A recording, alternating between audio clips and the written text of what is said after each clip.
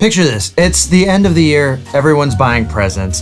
There's plenty of holiday cheer to go around. A lot of moolah being spent, catch my drift. And so naturally we all know what that means. A classic holiday tradition as old as time itself. Scammers out in full force, targeting audio engineers. Yeah, it's pretty random.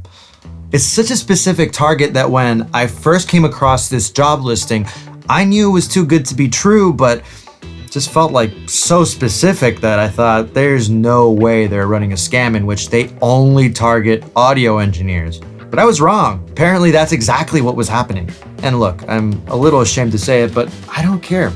I'll be honest, I almost got scammed. I consider myself a fairly smart dude. God, those scams are so obvious. Who would fall for that guy? That's me. But I figured, look, if I could get remotely suckered into almost getting scammed, there's probably a ton of other audio engineers out there that could fall for this too. So while this isn't gonna be your typical SoundLearn video, it does sort of relate because no one's really safe anymore apparently, not even audio engineers.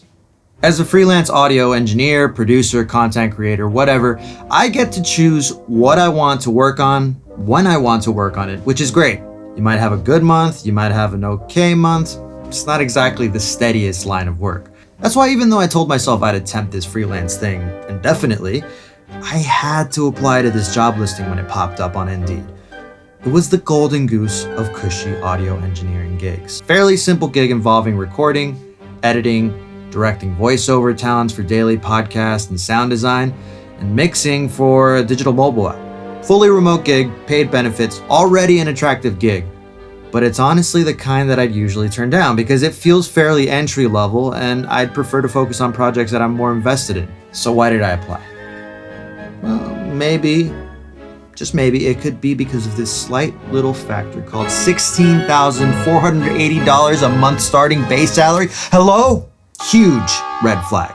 It's breaking the golden rule, which is, if it feels too good to be true, it probably is. So why did I ignore this gigantic red flag and apply anyway? Bit of wishful thinking and mental gymnastics go a long way. See, I've worked with all kinds of clients throughout my last 10 years in the industry. Big, small, bankrupt. Looking at you, Theranos. And one thing that always stuck out to me was just how much pharma and medical clients are willing to pay. I mean, some of these clients were paying upwards of $30K for a simple 30-second jingle that was only going to exist on one commercial, that was only going to run in one state for like 2 months. It's ridiculous. So of course, I see this listing and I think medical company, tech company, startup. Check, check, check. These guys have moolah. Their website is legit. I'm seeing articles about how they got millions in funding recently. They're backed by the FDA. It's all feeling very legit. Suddenly, $200,000 a year for an audio engineering position isn't feeling so far-fetched. Wasn't exactly breaking a sweat over applying to this gig, but when a salary looks that good and you know you can nail the gig, you think, well, why the hell not? Worst case, I get a little interview experience out of it and move on with my life. Best case, I've got hot tub money, baby. So anyway, time passes. Enough time that I actually forget that I even applied to this thing. It already crossed my mind that it was too good to be true and figured it was probably a scam, and I deleted it from the forefront of my mind. Gone. Just forgot that ever happened. This is a really important bit because it means that I dropped my guard. Enough so that when an email strolled into my inbox a few days before Christmas, waving around a $200,000 salary and an interest in me, I said, hi, yeah, when can we start? I need to preface this by saying that the further I get into this story, the more painfully embarrassing it gets for me. So, let's just call my lesson learned through embarrassment a holiday gift from me to you. Moving on. So this is where I should have just stopped in my tracks and deleted this email. But alas, wishful thinking and mental gymnastics go a long way, as I mentioned earlier. The email itself looked pretty bare bones and poorly written for starters, but also just convincing enough to where it might seem legit. One part of my brain is already suspicious. So the first thing I did was search for these names on LinkedIn. I blurred out their faces and full names and all that stuff because these are real people that work at the Real Click Therapeutics. And they essentially are victims of identity theft. So this is where the dumb, naive part of my brain comes in and says, See, no scam here. These are real people working at a legit company just like they said they are on the email. And it's all on LinkedIn, so I reluctantly move on and I open up the PDF. Red flag again. I mean, look at this design. It's atrocious. What kind of multi-million-dollar startup can afford to hire a designer? I could do better than this, and I'm not even a graphic designer. Red flag. The logo is basically a deep-fried meme, for crying out loud. Bruh. Knock, knock. Who's there? It's the stupid part of my brain again. Well, I mean, this is a medical company. They aren't exactly the most design-invested kinds of companies, are they? It's possible they just don't invest a lot of design for the hiring process. Good logic. So I decide to forge ahead and check out this eyesore of a document. Here's where Big Dumb Brain gets to justify itself a little more, to be fair. This actually isn't your typically terribly written scam text. For the most part, it feels in line with both the company and the position they're hiring for. Sure, it feels like a little bit of fluff here and there, but generally, it's all passable. Then I got to the audio specs. Again, double-edged sword. Whoever this scammer is clearly knows something about audio because all of this gear is pretty legit. I mean, it's not like they just went on Amazon, typed studio monitors, sorted by highest to lowest priced, and picked a monitor at random. Oh my God, that's literally what they did. They literally sorted by highest to lowest priced and picked random gear from Amazon. Like I said, this gets worse for me as I go.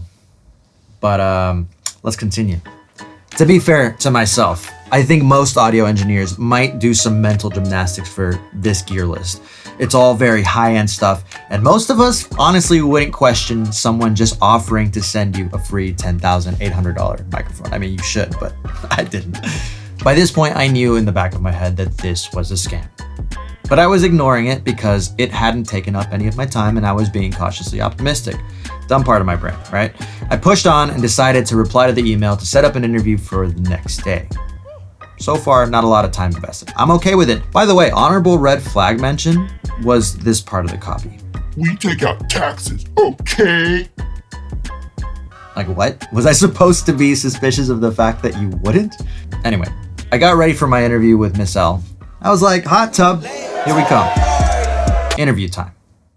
So it started off pretty straightforward, nothing too sketchy. I got on Teams, which is what they requested to use. I sent a message to Miss L and she replied. I was like, all right, cool, everything good. Let's get going. And I waited. She just asks me to confirm what position I'm applying to. Yep, scam. Immediately after this, she basically copy and pasted the job description to me. And I'm thinking like, oh my God, did she really just, wow, this is all this work and then they get this lazy. First section, social questions, are you kidding me? I'm not gonna lie, there's still a tiny part of my dumb brain that is holding out for even the tiniest bit of hope that it's real. So I try to stay a little bit professional. At this point, I got pretty direct and I just asked why we weren't on a video call. They already had a pre-canned sort of response that is extremely weak, just doesn't make any sense. And yeah, the jig is up. This is fully a scam, even though they haven't asked me to do anything or give anything away, but they're clearly playing the long game here. Then I start having a little bit of fun with it, and I lie and say that I've worked on a Super Bowl spot. Any real hiring manager would have definitely perked up a bit at this point and honestly asked more, but no, our pal Miss L decides to move right past it. No biggie, just a Super Bowl ad. So now I think, let's get ridiculous. I claim to be the audio engineer on the hit song My Heart Will Go On by Celine Dion. Got a thumbs up on this one, so hey, that's something. They were pretty impressed by that, I guess.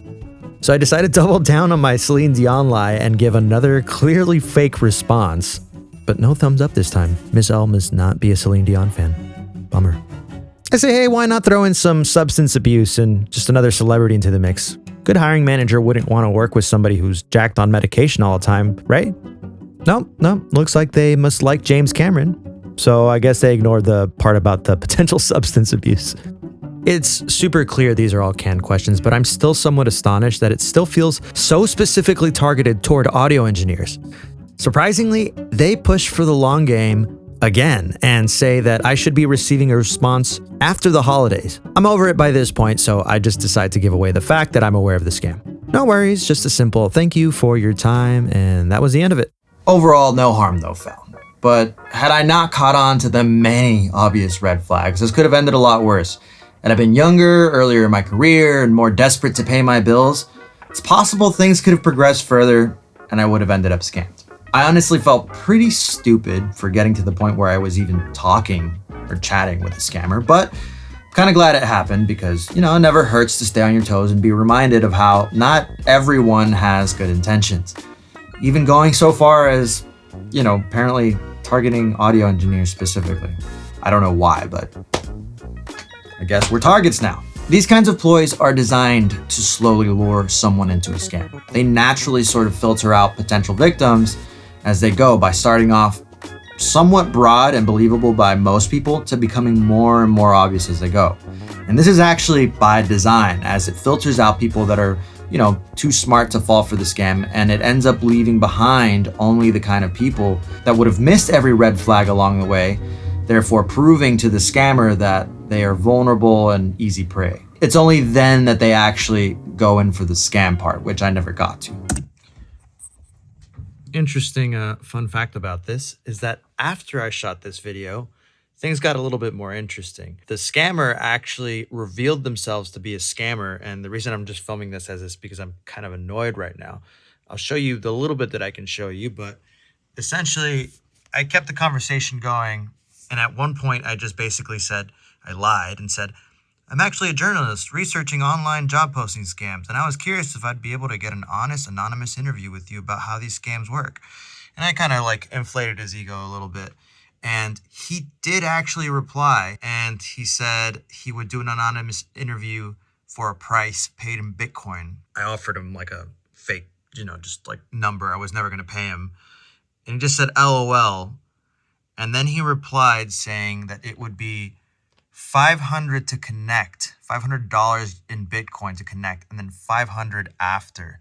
And then they deleted the message, and I didn't get to take a picture of it or screenshot or anything. I am so upset. But yeah, I just thought it was funny that the scammer actually revealed themselves once I just stroked their ego a little bit. Anyways, back to the video. These guys are getting more and more cunning by the day, and I thought that it was important to make a video about this because I figured if I can almost get scammed, so can other fellow engineers. So consider this my PSA. If you're ever remotely suspicious of something, be very wary of how much information you give away about yourself. Sometimes the scam isn't monetary. The scam can be simply someone trying to socially engineer you into giving away some key information that they need to access an account of yours. So just be aware. Hope you enjoyed. Subscribe for more of whatever this was. It was a weird video, I get it. But yeah, thanks for watching. See you guys.